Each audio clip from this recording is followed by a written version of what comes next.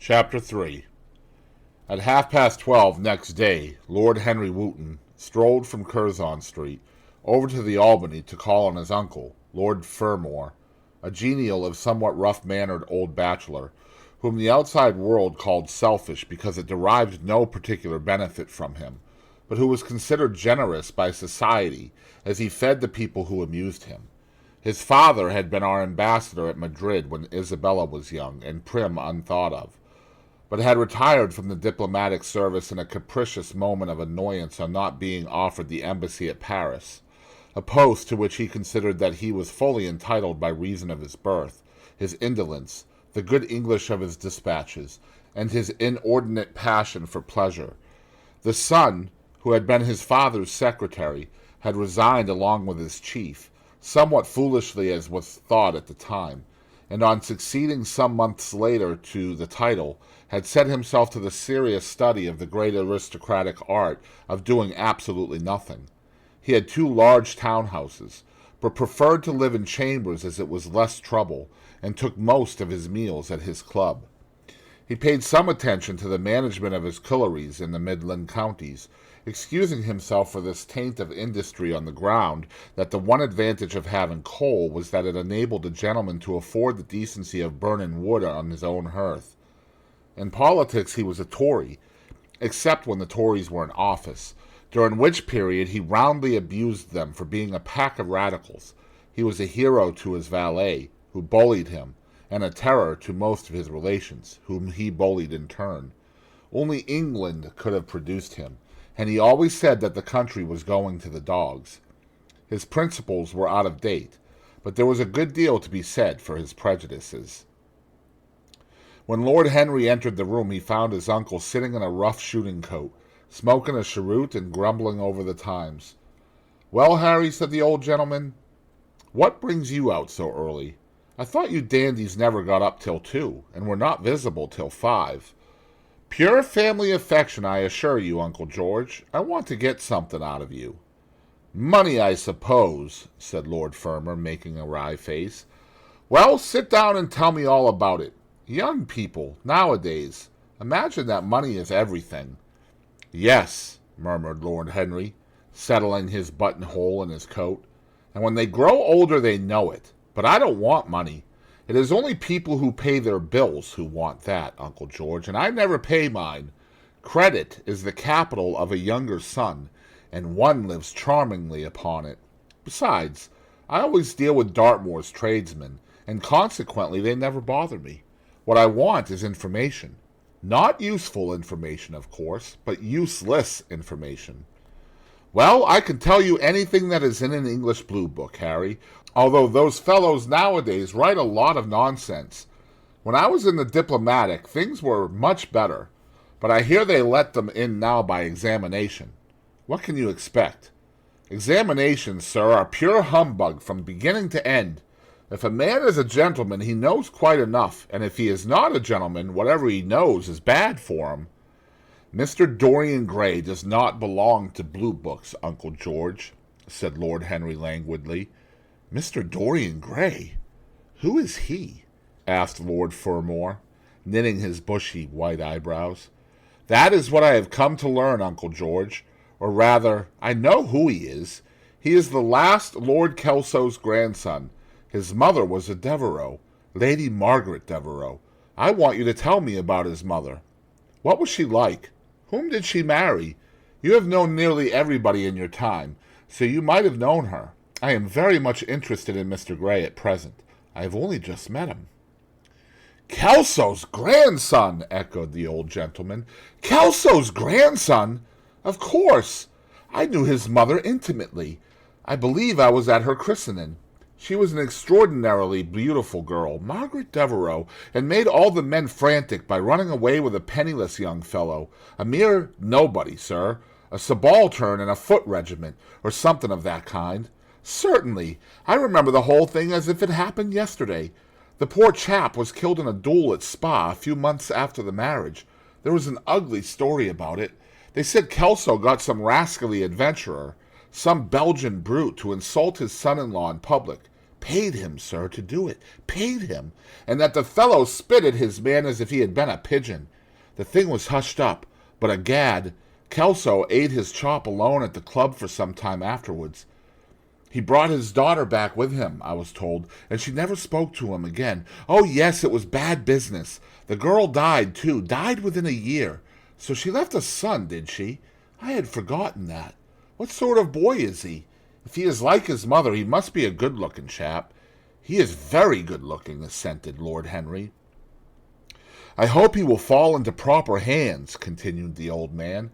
He should have a pot of money waiting for him if Kelso did the right thing by him. His mother had money, too. All the Selby property came to her, through her grandfather. Her grandfather hated Kelso, thought him a mean dog. He was, too. Came to Madrid once when I was there. Egad, I was ashamed of him. The Queen used to ask me about the English noble who was always quarreling with the cabmen about their fares. They made quite a story of it. I didn't dare show my face at court for a month. I hope he treated his grandson better than he did the Jarvies. I don't know, answered Lord Henry. I fancy that the boy will be well off. He is not of age yet. He was Selby, I know. He told me so. And his mother was very beautiful?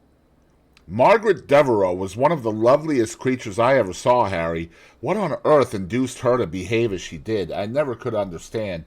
She could have married anybody she chose. Carlington was mad after her. She was romantic, though.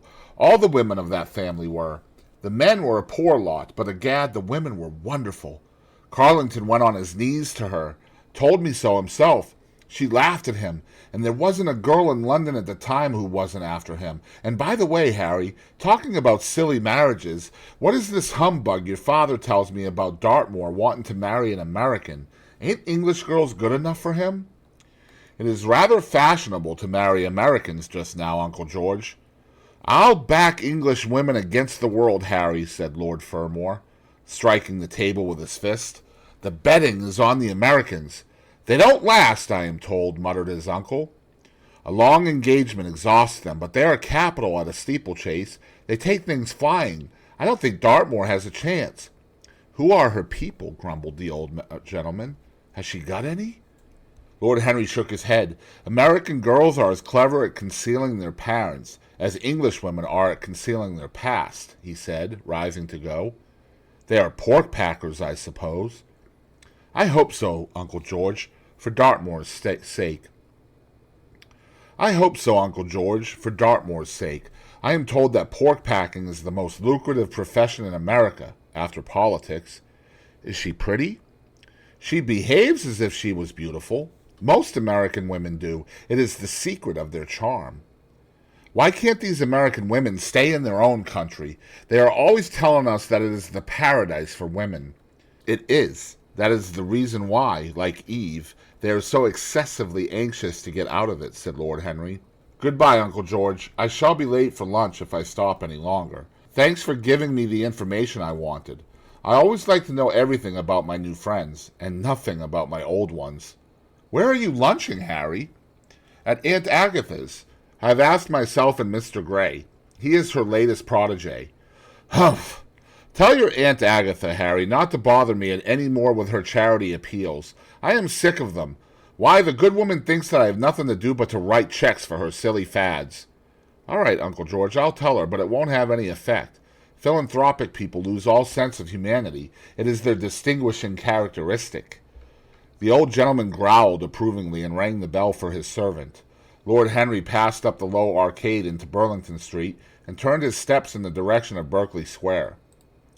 So, that was the story of Dorian Gray's parentage.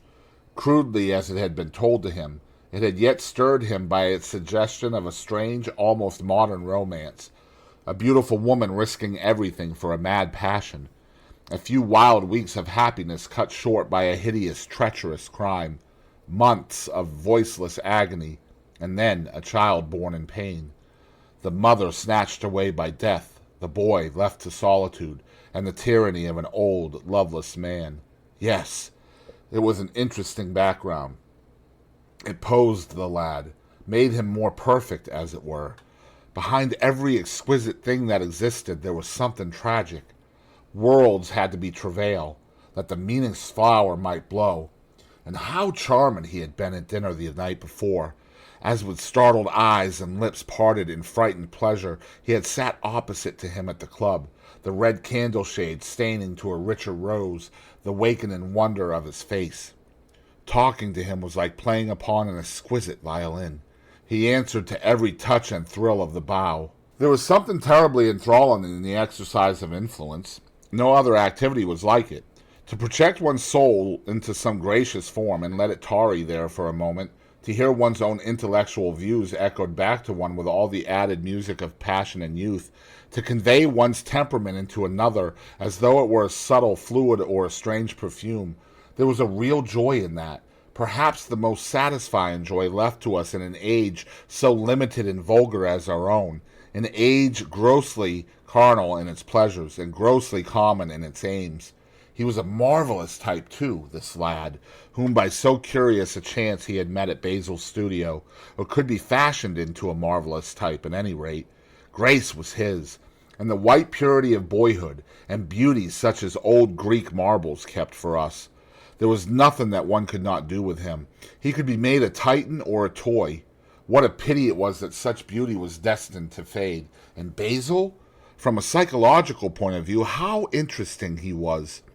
The new manner in art, the fresh mode of looking at life, suggested so strangely by the merely visible presence of one who was unconscious of it all, the silent spirit that dwelt in dim woodland, and walked unseen in open fields, suddenly showing itself, dryad-like and not afraid, because in his soul who sought for her there had been wakened that wonderful vision to which alone are wonderful things revealed, the mere shapes and patterns of things becoming, as it were, refined, and gaining a kind of symbolical value, as though they were themselves patterns of some other and more perfect form whose shadow they made real.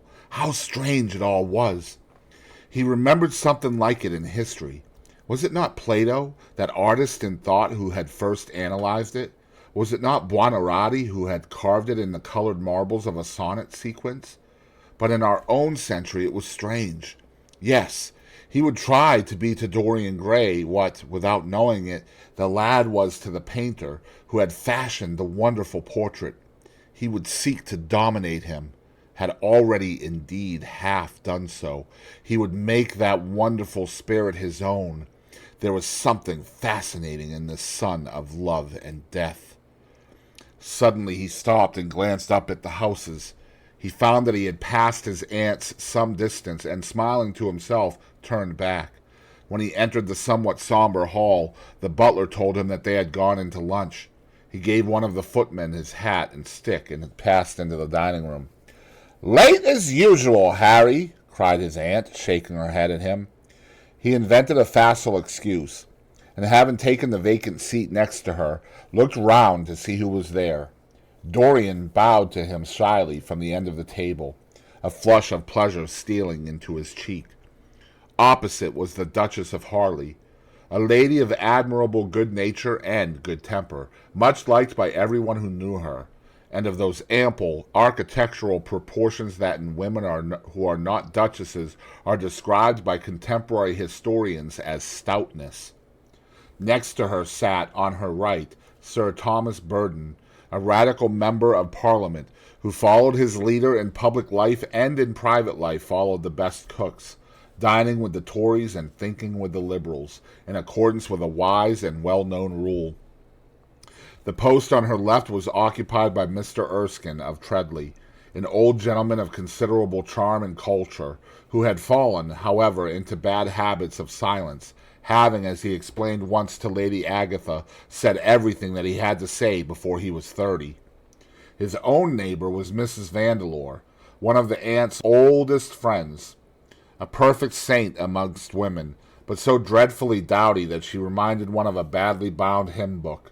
Fortunately for him, she had on the other side Lord Fauldle, a most intelligent, middle-aged mediocrity, as bald as a ministerial statement in the House of Commons, with whom she was conversant in that intensely earnest manner which is the one unpardonable error, as he remarked once himself, that all really good people fall into, and from which none of them ever quite escape.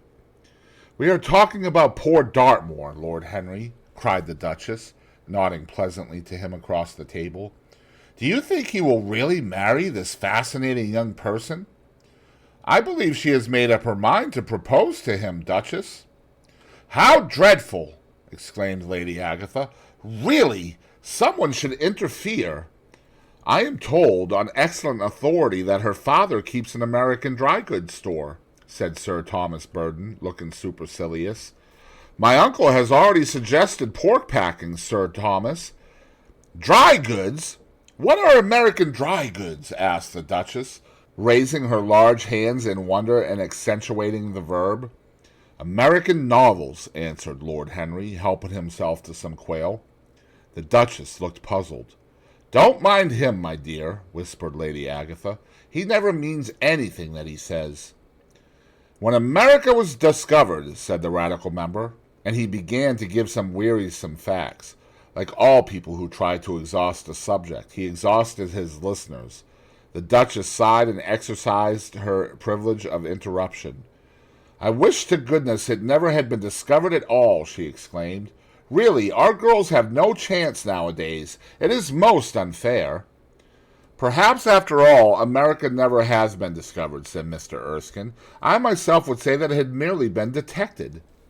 Oh, but I have seen specimens of the inhabitants, answered the Duchess vaguely. I must confess that most of them are extremely pretty, and they dress well, too. They get all their dresses in Paris. I wish I could afford to do the same. They say that when good Americans die, they go to Paris, chuckled Sir Thomas, who had a large wardrobe of Humour's cast-off clothes. Really? And where do bad Americans go to when they die? Inquired the Duchess. They go to America, murmured Lord Henry. Sir Thomas frowned. I am afraid that your nephew is prejudiced against that great country, he said to Lady Agatha. I have traveled all over it in cars provided by the directors, who, in such matters, are extremely civil. I assure you that it is an education to visit it. But must we really see Chicago in order to be educated? Asked Mr. Erskine plaintively. I don't feel up to the journey. Sir Thomas waved his hand. Mr. Erskine of Treadley has the world on his shelves. We practical men like to see things, not to read about them. The Americans are an extremely interesting people. They are absolutely reasonable. I think that is their distinguishing characteristic. Yes, Mr. Erskine, an absolutely reasonable people. I assure you there is no nonsense about the Americans. How dreadful! Cried Lord Henry. I can stand brute force, but brute reason is quite unbearable. There is something unfair about its use. It is hitting below the intellect. I do not understand you, said Sir Thomas, growing rather red. I do, Lord Henry, murmured Mr. Erskine, with a smile. Paradoxes are all very well in their way, rejoined the baronet. Was that a paradox? Asked Mr. Erskine. I did not think so. Perhaps it was. Well, the way of paradoxes is the way of truth. To test reality, we must see it on the tightrope. When the verities become acrobats, we can judge them. Dear me, said Lady Agatha, how you men argue. I am sure I never can make out what you are talking about. Oh, Harry, I am quite vexed with you. Why do you try to persuade our nice Mr. Dorian Gray to give up the East End? I assure you he would be quite invaluable. They would love his playing.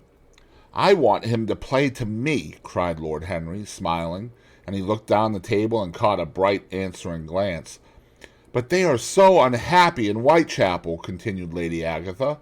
I can sympathize with everything except suffering, said Lord Henry, shrugging his shoulders.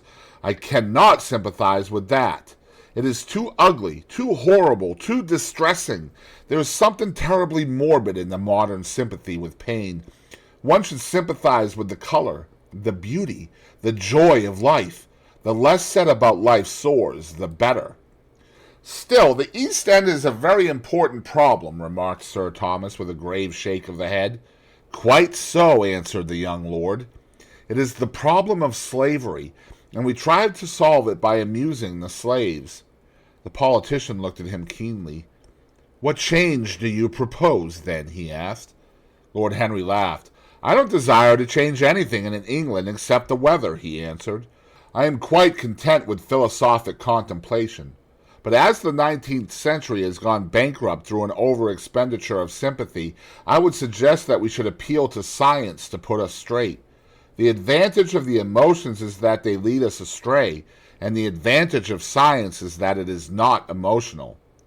But we have such grave responsibilities, ventured Mrs. Vandeleur timidly. Terribly grave, echoed Lady Agatha. Lord Henry looked over at Mr. Erskine. Humanity takes itself too seriously. It is the world's original sin. If the caveman had known how to laugh, history would have been different. You are really very comforting, warbled the Duchess. I have always felt rather guilty when I came to see your dear aunt, for I take no interest at all in the East End. For the future I shall be able to look her in the face without a blush. A blush is very becoming, Duchess, remarked Lord Henry. Only when one is young, she answered. When an old woman like myself blushes, it is a very bad sign. Ah, Lord Henry, I wish you would tell me how to become young again. He thought for a moment. Can you remember any great error that you committed in your early days, Duchess? He asked, looking at her across the table. A great many, I fear, she cried. Then commit them over again, he said gravely. To get back one's youth, one has merely to repeat one's follies. A delightful theory, she exclaimed. I must put it into practice. A dangerous theory, came from Sir Thomas's tight lips. Lady Agatha shook her head, but could not help being amused. Mr. Erskine listened. Yes, he continued, that is one of the great secrets of life. Nowadays, most people die of a sort of creeping common sense and discover when it is too late that the only things one never regrets are one's mistakes. A laugh ran around the table. He played with the idea and grew willful, tossed it into the air and transformed it, let it escape and recaptured it, made it iridescent with fancy and winged it with paradox. The praise of folly, as he went on, soared into a philosophy, and philosophy herself became young, and catching the mad music of pleasure, wearing, one might fancy, her wine-stained robe and wreath of ivy, danced like a bacchant over the hills of life, and mocked the slow silliness for being sober. Facts fled before her like frightened forest things.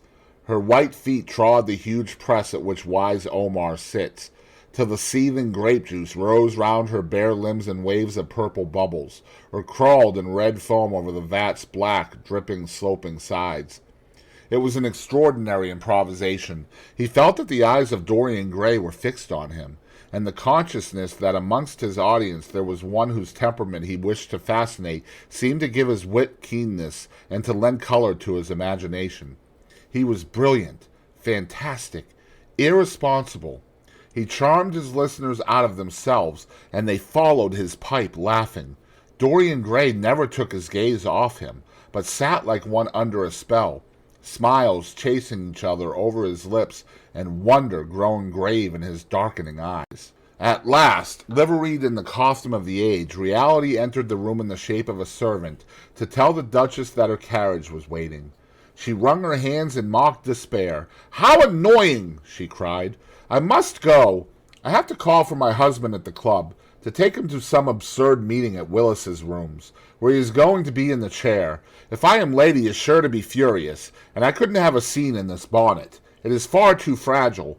A harsh word would ruin it. No, I must go, dear Agatha. Good-bye, Lord Henry. You are quite delightful, and dreadfully demoralizing. I am sure I don't know what to say about your views. You must come and dine with us some night. Tuesday? Are you disengaged Tuesday?" "For you I would throw over anybody, Duchess," said Lord Henry with a bow. "Ah, that is very nice, and very wrong of you," she cried. "So mind you come." And she swept out of the room, followed by Lady Agatha and the other ladies. When Lord Henry had sat down again, Mr. Erskine moved round, and taking a chair close to him, placed his hand upon his arm. "You talk books away," he said. "Why don't you write one?" "I am too fond of reading books to care to write them, Mr. Erskine. I should like to write a novel, certainly, a novel that would be as lovely as a Persian carpet and as unreal. But there is no literary public in England for anything except newspapers, primers, and encyclopedias. Of all people in the world, the English have the least sense of the beauty of literature. I fear you are right, answered Mr. Erskine. I myself used to have literary ambitions, but I gave them up long ago. And now, my dear young friend, if you will allow me to call you so, may I ask if you really meant all that you said to us at lunch? I quite forgot what I said, smiled Lord Henry. Was it all very bad? Very bad indeed. In fact, I consider you extremely dangerous, and if anything happens to our good Duchess, we shall all look on you as being primarily responsible. But I should like to talk to you about life. The generation into which I was born was tedious. Some day, when you are tired of London, come down to Treadley and expound to me your philosophy of pleasure over some admirable Burgundy I am fortunate enough to possess. I shall be charmed. A visit to Treadley would be a great privilege. It has a perfect host and a perfect library. You will complete it, answered the old gentleman with a courteous bow. And now I must bid good-bye to your excellent aunt. I am due at the Athenaeum. It is the hour when we sleep there. All of you, Mr. Erskine? 40 of us, in 40 armchairs. We are practicing for an English Academy of Letters. Lord Henry laughed and rose. I am going to the park, he cried. As he was passing out of the door, Dorian Gray touched him on the arm. Let me come with you, he murmured. But I thought you had promised Basil Hallward to go and see him, answered Lord Henry. I would sooner come with you.